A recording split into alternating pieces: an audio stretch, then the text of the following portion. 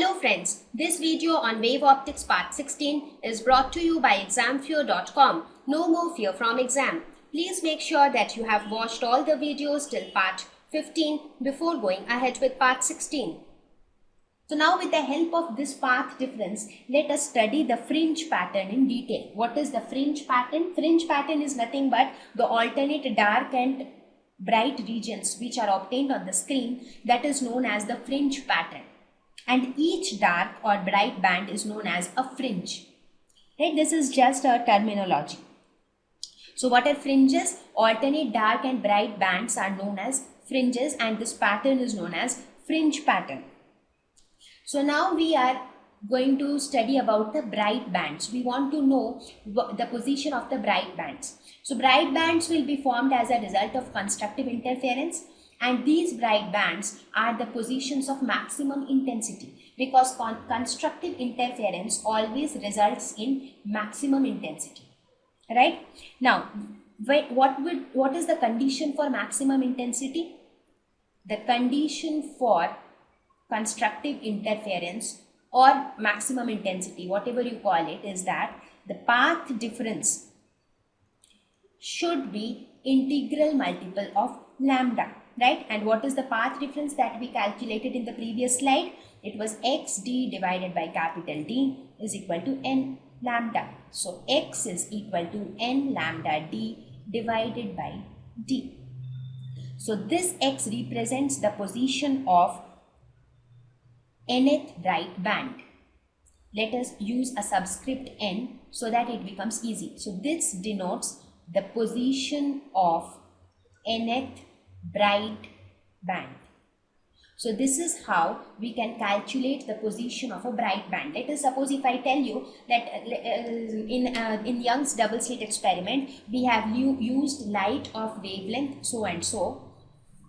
You tell me at what position exactly the 10th bright band will be formed. So you can calculate it using this expression. Because you know 10th bright band, that means n is equal to 10, right? Lambda is already mentioned in the problem, and capital D and small d will be mentioned in the apparatus.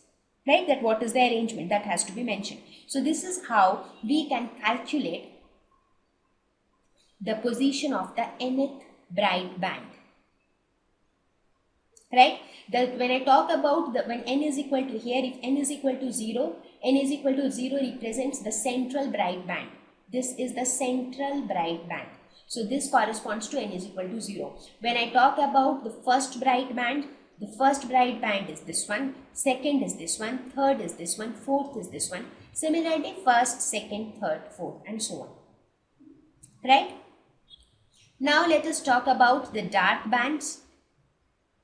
So, very similar to what we did for bright bands, in case of dark bands, we will consider the condition for destructive interference. So, what is the condition for destructive interference? That path difference should be equal to n plus 1 by 2 lambda. So, here path difference is xd divided by capital D. This is equal to n plus 1 by 2 into lambda. So from this we can say x is equal to n plus 1 by 2 lambda capital D by small d. So here also let us mention it as xn. So this represents position of nth dark band. Right? So this denotes the position of the nth dark band. As I mentioned earlier, that in this case, this n. Now that we have some idea about the fringe pattern, that is the bright fringes and dark fringes position, we can look at the graphical representation of the fringe pattern. So this is how it looks. This is the fringe. So if you plot this fringe graphically, this is the intensity. At the center band, that is, this represents the central bright band. Central bright band. So this has the maximum intensity, and then you have the two dark bands. These are the two dark bands. Again you have two bright bands. So these two bright bands correspond to 1 lambda. These two bright bands correspond to 2 lambda, 3 lambda, and so on. Right? So this is my central bright band, and these are my dark bands. These two are dark bands corresponding to n is equal to 0.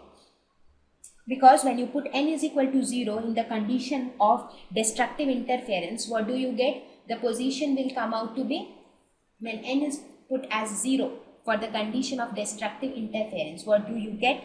N will be equal to 0, so this is equal to 1 by 2 lambda d by capital D. So this corresponds to dark band. This is the central bright band for n is equal to 0 for the condition of constructive interference.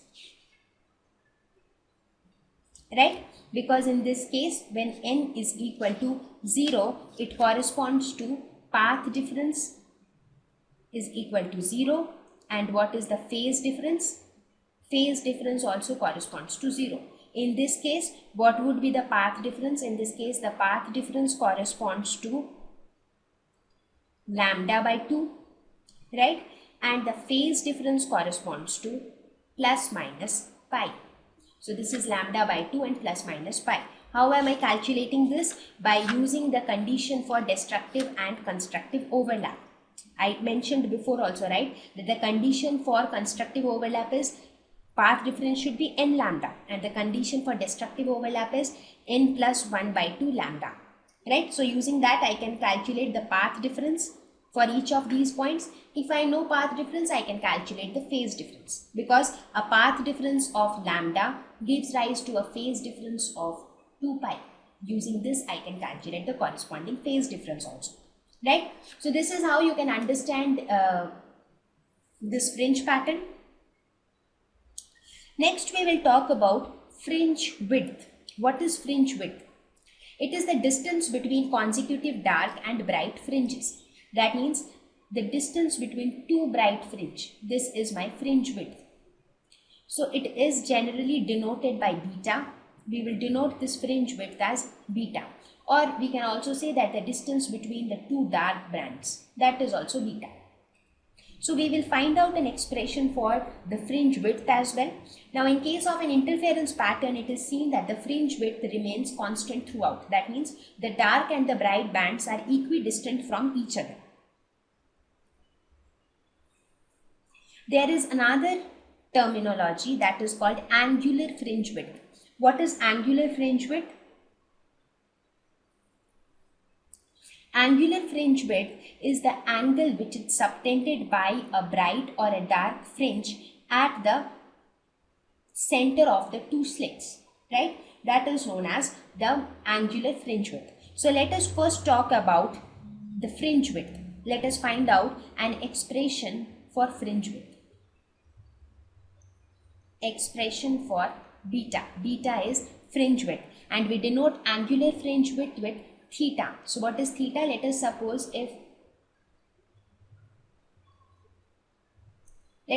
this is S1 and this is S2. This is the midpoint. I'm sorry, the line is not straight, because at the center the bright fringe should come, right? So the angle subtended at the center is known as the angular fringe width. The angle which this fringe, that is beta, subtends at the center is known as angular fringe width. So let us find out the expression for linear fringe width first. So what is linear fringe width? Linear fringe width beta is nothing but the distance between two consecutive bright and dark fringes. Now, what would be the position of nth band? It will be n lambda capital D by D. So this is for nth bright band. So what would be the position for n plus 1th bright band? It will be n plus 1 lambda D by D. So what is beta? Beta is the distance between both of them. That means xn plus 1 minus xn. Let us suppose if this is the position of the first band. If this is the position of the first band, let us say if this is xn, then this is xn plus 1. So what is fringe width? This is fringe width. This is beta. Right? So beta will be xn plus 1 minus xn, that is equal to n plus 1 lambda capital D by small d minus n lambda capital D by small d. Therefore, we get beta is equal to lambda capital D by small d. So the fringe width depends upon the wavelength of light used, the distance of the screen from the slits, and the distance between the two slits. So these are the three factors on which the fringe width depends. Right? So if you increase or decrease this distance, the fringe width will also keep increasing or decreasing. However, the fringe width throughout the screen will remain the same. Now let us talk about the angular fringe width. When I talk about angular fringe width, it means this linear fringe width, whatever angle it subtends at the center.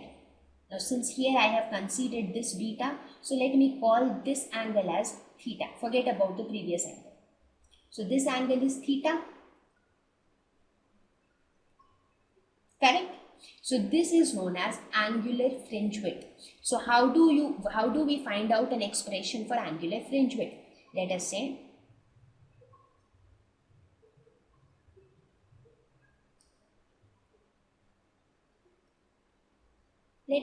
this is the midpoint, right? What is my fringe width? Fringe width is from this point to this point. So this distance is beta. So the angle which this beta subtends at the center, that angle is known as fringe width, and this distance is d.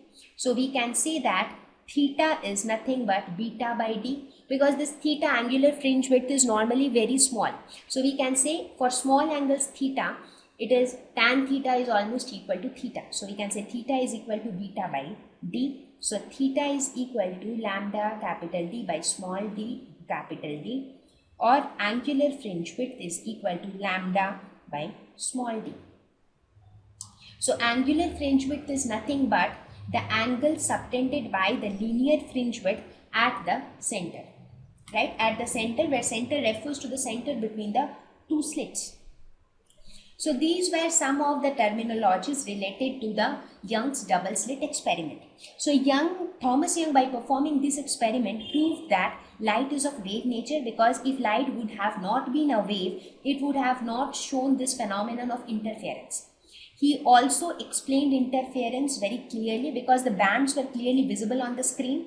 Using the concepts of the superposition of waves, he was able to find out the position of the dark and bright bands on the screen. He also found out that the fringe width is constant throughout, and fringe width varies as the distance between the slits changes, or the distance of the screen from the slits changes. So these were some of the observations of Young by performing the double slit experiment, and this proved completely that light is of wave nature. So here we end our discussion on interference, because I hope interference is clear now. Okay, so now it is time that we solve some problems based on interference. So interference was one important property related to the wave nature of light. Next we will go ahead with diffraction, followed by polarization. So a quick discussion. Thank you.